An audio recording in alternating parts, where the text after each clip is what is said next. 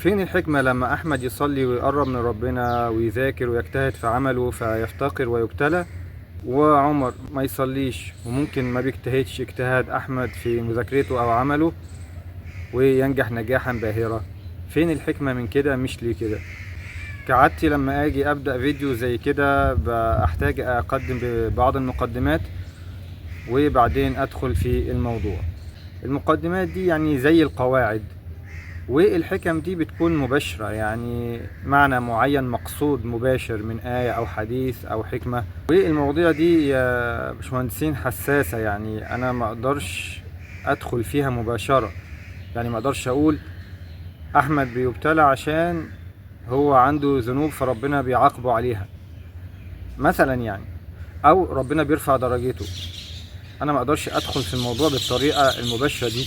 لازم نقدم بقواعد ومقدمات، بعد كده تأتي الحكمة واضحة. والمواضيع دي يا جماعة جريئة وحساسة ومتعلقة بمقام الرب جل وعلا، فاعذروني، يعني ده مش باختياري. وانا كده كده غالبا بعمل شورتس ومتوسطات، يعني شورتس 20 ثانية 30 ثانية 50 ثانية، وبعمل متوسطات يعني دقيقة دقيقتين في نفس المواضيع يعني. ولكن الفيديو ده بيتحمل يعني البسط وجمع الشورتس مع بعض وكده. المقدمة الأولى، لازم تعرف أن الله سبحانه وتعالى لما خلق الكون لم يخلقه فقط. الكون ده ليه نظام دقيق، ليه قواعد بيمشي عليها، في سنن كونية، في نهاية للكون ده. الله خلق نظاما دقيقا من الألف إلى الياء، ما فيه ثغرة، ما فيه أي عيوب. والنظرة المتعلقة به نظرة متكاملة. وطبعا أنا بكلم المسلمين، بكلم المؤمنين بأن الله هو الخالق، مش بكلم مثلا ملحد. فأي واحد هيؤمن بأن الله هو الخالق هيتناقض لو ما أمنش بالنظرة المتكاملة للرب جل وعلا. المقصود يعني لتقدير ربنا الكامل لحقيقة الكون والحياة والخلق من البداية إلى النهاية، من أول ما الله سبحانه وتعالى خلق الخلق إلى أن يذبح الموت بين الجنة والنار، ويقال لأهل الجنة يا أهل الجنة خلود فلا موت، ويا أهل النار خلود فلا موت. ولذلك لما الملحد وجد التناقض ده، يعني وجد أن النظرة الكاملة صعب عليه، وفي نفس الوقت وجد أن اللي أخذوا النظرات قاصرة، آمنوا أن الله هو الرب الخالق بس ما كملوش النظرة الكاملة الصحيحة، وجدهم متناقضين، فعمل ايه؟ قال خلاص مفيش رب، مفيش خالق. لذلك الله جل وعلا في كثير من الآيات يستدل بهذه الحجة: وما يؤمن أكثرهم بالله إلا وهم مشركون قل من بيده ملكوت كل شيء وهو يجير ولا يجار عليه إن كنتم تعلمون سيقولون لله قل فأنى تسحرون. عايز أقول إيه من المقدمة دي؟ عايز أقول إنك لما أمنت أن الرب هو الخالق لازم تكمل النظرة الكاملة للإيمان ده. لازم تعرف ان الكون ده ليه قواعد، لازم تعرف ان الرب ليه سنن كونية جعلها في الكون ده. ممكن تقول طب منين اعرف ده؟ تعرفهم من الكلام المقدس اللي ربنا حفظه ليك عشان تعرف منه النظرة الكونية الكاملة لحقيقة الحياة. فلما تتأمل هتلاقي قواعد كتير وسنن كونية كتير انت محتاج تعرفها عشان تكمل عندك النظرة الكاملة والحقيقة الكاملة للحياة. المقدمة التانية، لما خلاص انت عرفت مش بس ان ربنا هو الخالق، لا، في قواعد كتير، في احكام كتير، في اشياء كتير لازم تتبعها بده. هتلاقي من القواعد الكونية دي انك لازم تدفع الثمن، يعني لازم تقدم وتدفع الثمن عشان تلاقي الاخرة السرمدية الناجحة. قال الله جل وعلا إن تنصروا الله ينصركم. قال الله جل وعلا الذين إن مكناهم في الأرض أقاموا الصلاة وآتوا الزكاة. فلازم تعرف إن اللي أنت هتلاقيه لازم تقدم له الثمن. ممكن واحد يقول ليه؟ ممكن واحد هنا يجي يقول ليه؟ دي قاعدة وسنة كونية الله سبحانه وتعالى جعلها، خلقك وقال لك ادفع الثمن عشان تلاقي الأبدية الناجحة. أعطاك الحياة ثم بتودد طلب منك إنك تبيعها. إن الله اشترى من المؤمنين أنفسهم وأموالهم بأن لهم الجنة. يا أيها الذين آمنوا هل أدلكم على تجارة تنجيكم من عذاب أليم تؤمنون بالله ورسوله. في واحد ممكن يقول طب هو أصلا خلق الخلق ليه؟ يعني أعطانا الحياة ليه وبعد كده ما ينفعش هنا تقول ليه. ودي هتيجي إن شاء الله في فيديو مستقل، لا يسأل عما يفعل وهم يسألون. ينفع تلتمس الحكمة، فين الحكمة من ده، وتتأمل فيها حتى تصل إلى النجاح. أعطاك العينين وبعد كده سلبها منك. قال النبي صلى الله عليه وسلم في الحديث القدسي قال الله تعالى إذا ابتليت عبدي بحبيبتيه فصبر عوضته منهما الجنة. فممكن واحد يقول طب وليه أصلا أعطاها ثم أخذها؟ هي دي بقى القواعد والسنن الكونية في الخلق، وده السؤال الصحيح، فين الحكمة يا رب؟ علمنا يا رب، مش ليه يا رب. المقدمة الثالثة، آمنت أن الرب هو الخالق وعرفت إن في قواعد، مش بس قاعدة إن الرب هو الخالق، وعرفت إن من القواعد إنك لازم تدفع الثمن الأول، أنت تقدم الأول عشان تلاقي. المقدمة الثالثة تسأل إيه مقابل الثمن؟ يعني هل الثمن في مقابله إن يكون معايا فلوس كتير في الدنيا؟ إن يكون معايا أولاد كتير في الدنيا؟ إن يكون معايا سعادة معينة أنا فاكرها في الدنيا؟ ولا الثمن ده ثمن معين؟ الثمن ده ثمن معين، وهو الجنة، وهو النظر إلى وجه الله سبحانه وتعالى، وهو الأبدية في الآخرة. إن الله اشترى من المؤمنين أنفسهم وأموالهم بأن لهم الجنة. يا أيها الذين آمنوا هل أدلكم على تجارة تنجيكم من عذاب أليم تؤمنون بالله ورسوله وتجاهدون في سبيل الله بأموالكم وأنفسكم ذلكم خير لكم إن كنتم تعلمون يغفر لكم ذنوبكم ويدخلكم جنات تجري من تحتها الأنهار ومساكن طيبة في جنات عدن ذلك الفوز العظيم. فالجزاء هو الجنة. ولذلك النبي صلى الله عليه وسلم لما بايعه الأنصار قبل الهجرة إلى المدينة وذكر بنود العهد ده تبايعوني على كذا وكذا، وذكر أمورا، ثم قال ولكم الجنة. ما قالهمش هتكونوا ملوكا، ما قالهمش هتكونوا أغنياء، رغم ان هم أصبحوا ملوكا وأغنياء، ولكن الاتفاق والعهد على الجنة. إن الله اشترى من المؤمنين أنفسهم وأموالهم بأن لهم الجنة. مش إن أنا هديكوا فلوس أو هديكوا أولاد أو هديكوا متاع من متاع الدنيا. ممكن الله سبحانه وتعالى يديك ده، ولكن مش ده الثمن ومش ده الشرط. والله سبحانه وتعالى مش عايزك أصلا تفكر كده. المقدمة الرابعة، عرفت أن الله هو الخالق وأن هناك قواعد أخرى لابد أن تؤمن بها، وعرفت أنك لازم تدفع الثمن، وعرفت أن الثمن ده الحقيقي، الثمن الحقيقي هو الجنة. طيب لو شخص قال أنا مش عاوز الثمن ده، أنا مش عايز ده، هل الله سبحانه وتعالى أجبره؟ لا. من كان يريد حرث الآخرة نزد له في حرثه ومن كان يريد حرث الدنيا نؤته منها وما له في الآخرة من نصيب. من كان يريد العاجلة عجلنا له ما نشاء لمن نريد ثم جعلنا له جهنم يصلاها مذموما مدحورا. من كان يريد ثواب الدنيا فعند الله ثواب الدنيا والآخرة. فاللي مش عايز الحقيقة دي، مش عايز الأبدية دي، خلاص هو ربنا ما أجبروش. ولكن ما ينفعش تقول لا أنا عايز الدنيا وعايز الآخرة بالأسلوب اللي أنت عايزه. لا، مش هيكون ده. الآخرة ليها تمن، الآخرة معلومة والتمن بتاعها معلوم. وأما الدنيا فالله سبحانه وتعالى لن يعطيك منها إلا ما أراد. من كان يريد العاجلة عجلنا له فيها ما نشاء لمن نريد ومن أراد الآخرة وسعى لها سعيها وهو مؤمن فأولئك كان سعيهم مشكورا. المقدمة الخامسة، عرفت أن الله سبحانه وتعالى لا يكفي أنك تؤمن بس أنه هو الخالق، لازم تؤمن بقواعد أخرى. تاني حاجة، عرفت أن من القواعد أنك لازم تقدم الثمن الأول. تالت حاجة، عرفت أن الثمن ده هو الجنة. رابع حاجة، عرفت أنك مش مجبر على أنك تعمل ده، ولكن هيكون مصيرك في الآخرة مش كويس، وفي نفس الوقت مش هتاخد من الدنيا إلا ما أراد الله برضو.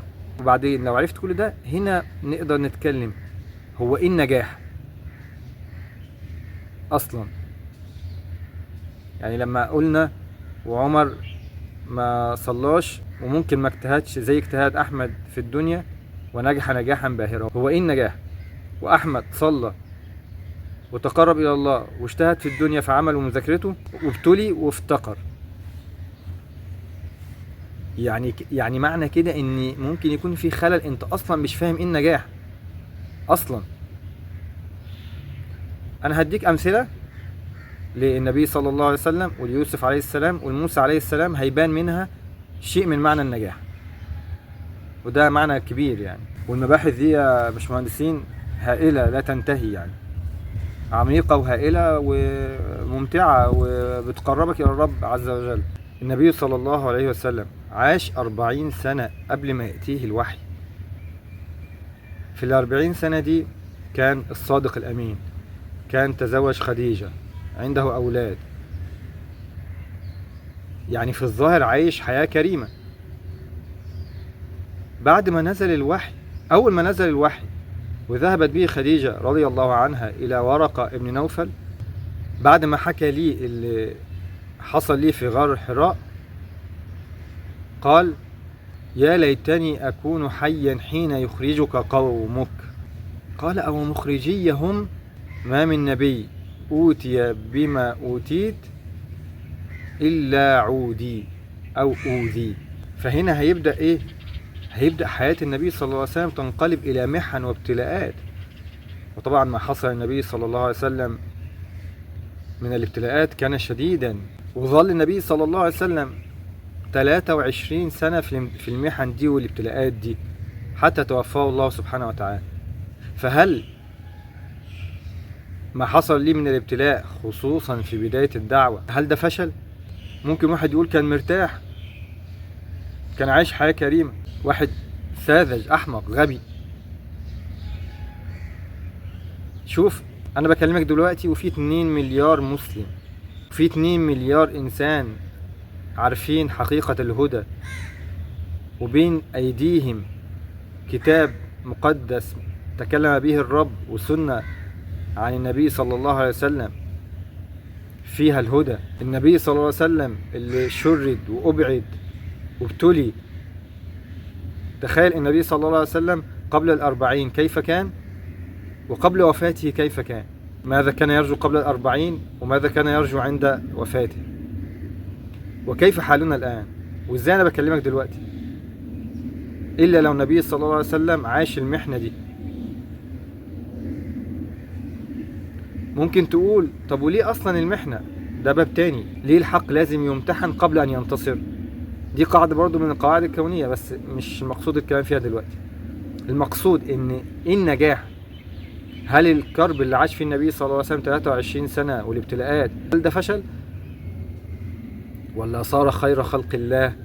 وشوف أمته فين، وشوف الهدى والنور إيه الموجود، وشوف قبل كده كانت الجاهلية في كل مكان وزمان عاملة إزاي قبل النبي صلى الله عليه وسلم. والنبي صلى الله عليه وسلم مات ودرعه مرهونة عند يهودي. النبي صلى الله عليه وسلم لما في قصة اعتزال النساء المشهورة ودخل عليه عمر فكان متكئ على حصير، فالحصير أثر في جلده، فعمر تعجب، يعني قال كيف يعني كسرى وقيصر وأنت هكذا يا رسول الله؟ فقال مالي وللدنيا. وفي سورة في القرآن اسمها الحجرات، مفيش سورة اسمها القصور. المثال الثاني يوسف عليه السلام.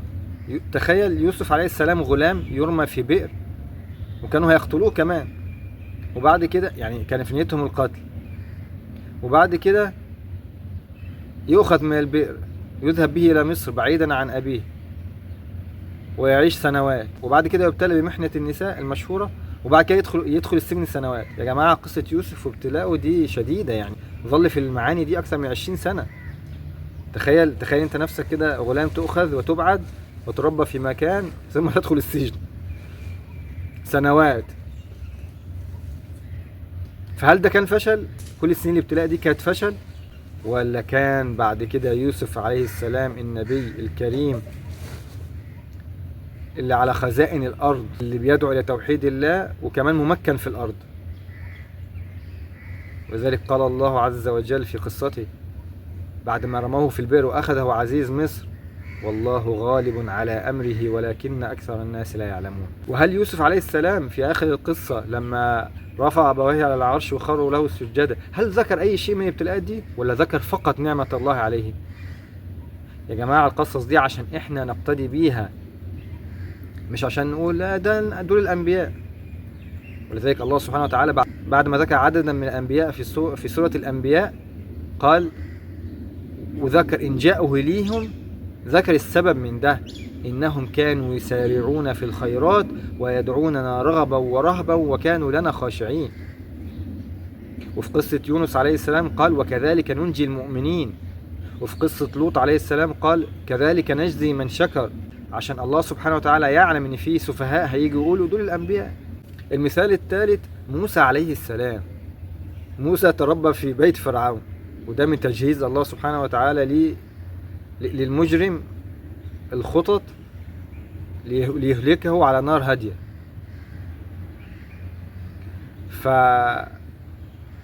فموسى تربى في بيت فرعون، وبعد كده لما كبر قتل شخصا، وبعد كده خرج إلى مدين، عاش في مدين 10 سنين قبل ما الله سبحانه وتعالى يأمره بالرجوع ويكلمه.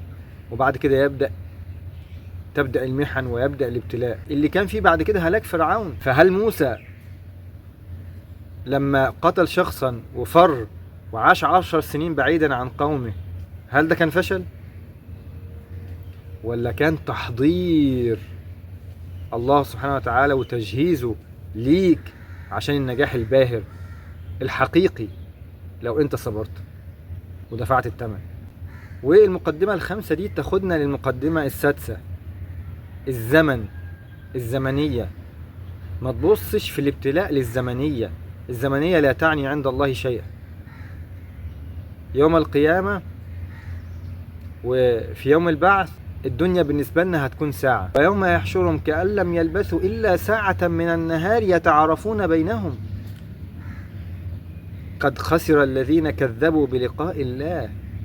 يعني الله بيبكتهم: كذبتم عشان ساعة؟ يعني احنا في يوم البعث هيعرف بعضنا بعضا كأننا خلاص كنا لسه مع بعض. وفي آية تانية إلا ساعة من نهار. وفي آية تانية عشية أو ضحاها ويوم تقوم الساعة يقسم المجرمون ما لبثوا غير ساعة. فالزمنية لا تعني شيئا. لما تبتلى سنة، سنتين، 3، 5، 10، دي حاجة. ده احنا ما ذكرناش قصة أيوب عليه السلام 18 سنة، والنبي صلى الله عليه وسلم 23 سنة، وموسى عليه السلام 10 سنين في مدين بعيدا، ويوسف عليه السلام أكثر من 20 سنة. فما تجزعش من طول المدة، بالعكس ممكن يكون الله سبحانه وتعالى بيحضرك عشان شيئا باهرا انت لا تتخيله، بس هو عاوز يختبرك، عاوزك تدفع الثمن. ممكن يكون نجاحك بعد 60. وتأمل كده في قصة مهاتير محمد، وهي قصة عظيمة، قصة مهاتير محمد رئيس وزراء ماليزيا. شوف كده هو بيحكي عن نفسه لما كان دكتور وكان بيكتئب وهو في العيادة، يعني من كتر ما هو يعني منشغل في عمله وكده بيحصله اكتئاب. وشوف ان هو بعد ال60 بدأ مشواره السياسي، وكان صاحب نهضة ماليزيا. وطبعا ما فيش اي تجربة خالية من اخطاء، بس تجربة ماليزيا هائلة يعني، وانا عشت في ماليزيا فترات طويلة، شيء لا يصدق يعني. فممكن يكون ربنا كاتب لك النجاح بعد ال60، فهل هتعاند وتقول لا انا عاوز النجاح وانا عندي 17 و20، ولا هتشكر ربك وترضى وهتتأمل في قصص من كان قبلنا؟ وده ياخدنا للمقدمة السابعة والأخيرة في الفيديو ده. والموضوع ده طويل شوية، هيطول معانا أكتر من فيديو، مش عارف امتى المقدمات هتخلص وامتى هنبدأ ذكر الحكم، بس الموضوع يستحق، وأكيد انتوا تحسوا بده. وأصلا الفيديو ده في التوقيت ده بطلب شاب اسمه سيف، سألني خصوصا في تعليق على فيديو من الفيديوهات: فين الحكمة لما ربك يضيق عليك في الرزق؟ حتى أنا مثال أحمد وعمر ده ذكرته خصوصا عشان هو ذكره في التعليق. فالمقدمة السابعة ممكن شخص يقول المعاني دي صعبة ودقيقة، يعني ازاي اتحملها او اوصل لها ازاي؟ يعني ممكن أساعدك بفكرة جميلة الله سبحانه وتعالى ألهمنيها وعشت عليها سنين طويلة ووجدت فيها الراحة، وهي حاجة بسميها السلام النفسي. انت محتاج توصل لحاجة اسمها السلام النفسي عشان تقدر تقتنع وتسلم للقضايا دي. يعني ايه السلام النفسي ده؟ يعني تعيش هادي، مسلم لله، مستسلم لله، قابل قضاء ربنا وقدره، ساعي في الأخذ بالأسباب كما أمرك الله، ترجو الآخرة ولقاء الله. بس قال الله عز وجل: ولكم في الأرض مستقر ومتاع إلى حين. لما أنزل آدم وحواء وإبليس، يا جماعة الأرض دي دار ممر مش مستقر. ولكم في الأرض مستقر لفترة ومتاع إلى حين، لوقت. مش هي دي الحياة الحقيقية. للأسف احنا تربينا على ان الموت هو نهاية الحياة من غير ما نقصد. بنؤمن باليوم الآخر بس إيمان ضعيف، مش بنفكر فيه، لكنه بس كلام في الكتب نظري. انت لو فهمت انك في فترة بسيطة مؤقتة إلى أن تلقى الله، وفي الحقيقة انت هتلقاه في أي لحظة. كم شاب مات، كم إنسان مات وهو فاكر ان هو هيعيش. أنا ليا صديق قبل فترة بسيطة 21 سنة مات. هل كان لسه من فترة بسيطة؟ هل هو قبل ما يموت كان عارف ان هو هيموت، ولا كان بيفكر ان لسه قدامه حياة طويلة زاهية؟ ومن مات قامت قيامته. الامر سهل يا جماعة وبسيط. فما تعقدش الامور، عيش في سلام نفسي. انت امنت بالله وبتقول انا مسلم، خلاص مسلم يعني مستسلم لله. يا رب اسلمت نفسي اليك وفوضت امري اليك. خلاص اللي هتقدره علي ان كان خيرا الحمد لله، أشكرك وأعبدك، وإن كان ابتلاء لأي حكمة فبرضو أصبر وأشكرك وأعبدك وأدعوك إن أنت ترفع الابتلاء برضو، وأعيش في السلام النفسي سواء أعطيتني أو لم تعطيني، وأرجو أن تعطيني بس، وتعيش على الحال ده. هختم المقدمات السبعة دول بآيات من سورة غافر ذكر الله فيها كلام مؤمن آل فرعون. والله سبحانه وتعالى كثيرا ما يقاعد القواعد ويضرب الأمثلة ويحكي القصص عشان نتعظ وعشان نقارن. قل سيروا في الأرض فانظروا، كم في القرآن قل سيروا في الأرض فانظروا، والاعتبار بالسابقين والمقارنة. مفيش مشكلة انت واقع فيها في الدنيا إلا والله سبحانه وتعالى ذكر أصل النجاة منها. الله سبحانه وتعالى لم يترك أي قاعدة إجمالية يحتاج فيها إلى الحق والصواب إلا وذكرها. بس مهمتنا إحنا ندور ونفكر. فهذكر كلام مؤمن آل فرعون إزاي وهو بيخاطب قومه. حاول أنت تعتبر مؤمن آل فرعون ده زي أحمد، ومؤمن آل فرعون والذين آمنوا اعتبرهم زي أحمد، والمقابل اللي ما امنوش اعتبرهم زي عمر. ضرب الامثله يا جماعه مش لازم يكون بالظبط، يعني ممكن يكون المثال كبير قوي بس احنا ناخد منه معاني معينه، والله سبحانه وتعالى ليه مقصد من ده. وذلك في قواعد التفسير العبره بعموم اللفظ وليس بخصوص السبب. ويل للمطففين، كل مطفف حتى لو هي اريد بها شيء معين في الاصل. فقصه مؤمن آل فرعون نسمعها كده، وكل واحد يقارن. كل واحد محتاج يفهم ايه النجاح وايه الفشل، يقارن بين نفسه، محتاج يفهم ايه النجاح وايه الفشل، وبيشوف امثله ناجحه ومع انها سلكت طريق الفشل في الظاهر، ويشوف امثله سلكت طريق النجاح في الظاهر وفشلت، ويقارن ويشوف من خلال الحوار الممتع ده. قال الله جل في علاه: وقال رجل مؤمن من آل فرعون يكتم إيمانه أتقتلون رجلا أن يقول ربي الله وقد جاءكم بالبينات من ربكم وإن يك كاذبا فعليه كذبه وإن يك صادقا يصبكم بعض الذي يعدكم إن الله لا يهدي من هو مسرف كذاب. يعني لخص لهم الحقيقة. انت لو امنت ايه اللي هيحصل؟ يحصل لك ايه؟ هتجد السعادة في الدنيا والآخرة. ولو كذبت، المكذبين يا جماعة عندهم ايه؟ اللي ماشيين في الغلط ايا كان معصية او كفر عنده ايه؟ يعني هو بيقدم لك ايه؟ اتبعوا سبيلنا ولنحمل خطاياكم وما هم بحاملين من خطاياهم من شيء إنهم لكاذبون ولا يحملون أثقالهم وأثقالا مع أثقالهم ولا يسألون يوم القيامة عما كانوا يفترون.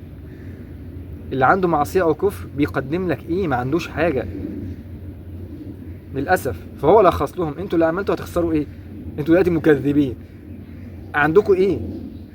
ما عندكوش حاجة، ولو آمنتوا مش هتخسروا حاجة. يا قوم لكم الملك اليوم ظاهرين في الأرض فمن ينصرنا من بأس الله إن جاءنا. قال فرعون: ما أريكم إلا ما أرى وما أهديكم إلا سبيل الرشاد. وقال الذي آمن: يا قوم إني أخاف عليكم مثل يوم الأحزاب، مثل دأب قوم نوح وعاد وثمود والذين من بعدهم وما الله يريد ظلما للعباد. بيذكرهم بالسابقين. خلاص راحوا، كله راح يا جماعة. هتلر راح، كل موسوليني راح، لينين راح، كله راح، واحنا هنروح. بس العبرة، والنبي صلى الله عليه وسلم راح، ويوسف راح، وموسى راح، ونوح راح عليهم السلام، ولكن ده راح فين وده راح فين؟ ويا قوم إني أخاف عليكم يوم التناد يوم تولون مدبرين ما لكم من الله من عاصم ومن يضلل الله فما له من هاد.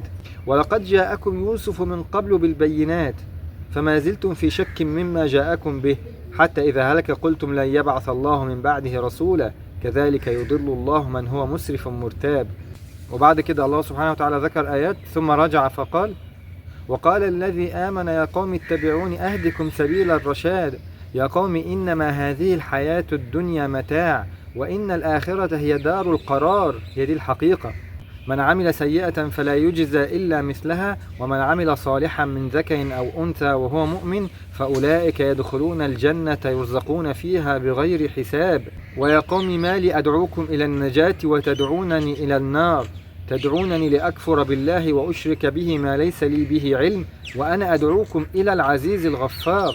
لا جرم أن ما تدعونني إليه ليس له دعوة في الدنيا ولا في الآخرة وأن مردنا إلى الله وأن المسرفين هم أصحاب النار. هي دي الحقيقة. خلي اللي ينجح ينجح واللي يفشل يفشل بمنظوره هو، ولكن الحقيقة في النهاية واحدة. فستذكرون ما أقول لكم وأفوض أمري إلى الله إن الله بصير بالعباد. فوقاه الله سيئات ما مكروا وحاق بآل فرعون سوء العذاب. النار يعرضون عليها غدوا وعشيا ويوم تقوم الساعة أدخلوا آل فرعون أشد العذاب. وإذ يتحاجون في النار فيقول الضعفاء للذين استكبروا إنا كنا لكم تبعا فهل أنتم مغنون عنا نصيبا من النار. قال الذين استكبروا إنا كل فيها إن الله قد حكم بين العباد. وقال الذين في النار لخزنة جهنم ادعوا ربكم يخفف عنا يوما من العذاب.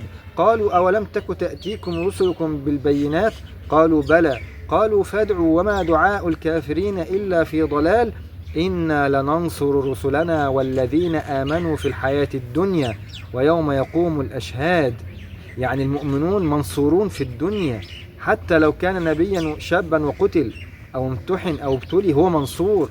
بس لازم تفهم إيه معنى النصر الحقيقي. إنا لننصر رسلنا والذين آمنوا في الحياة الدنيا ويوم يقوم الأشهاد يوم لا ينفع الظالمين معذرتهم. معذرة مش هتنفع يوم القيامة، عندك فرصة دلوقتي. يوم لا ينفع الظالمين معذرتهم ولهم اللعنة ولهم سوء الدار.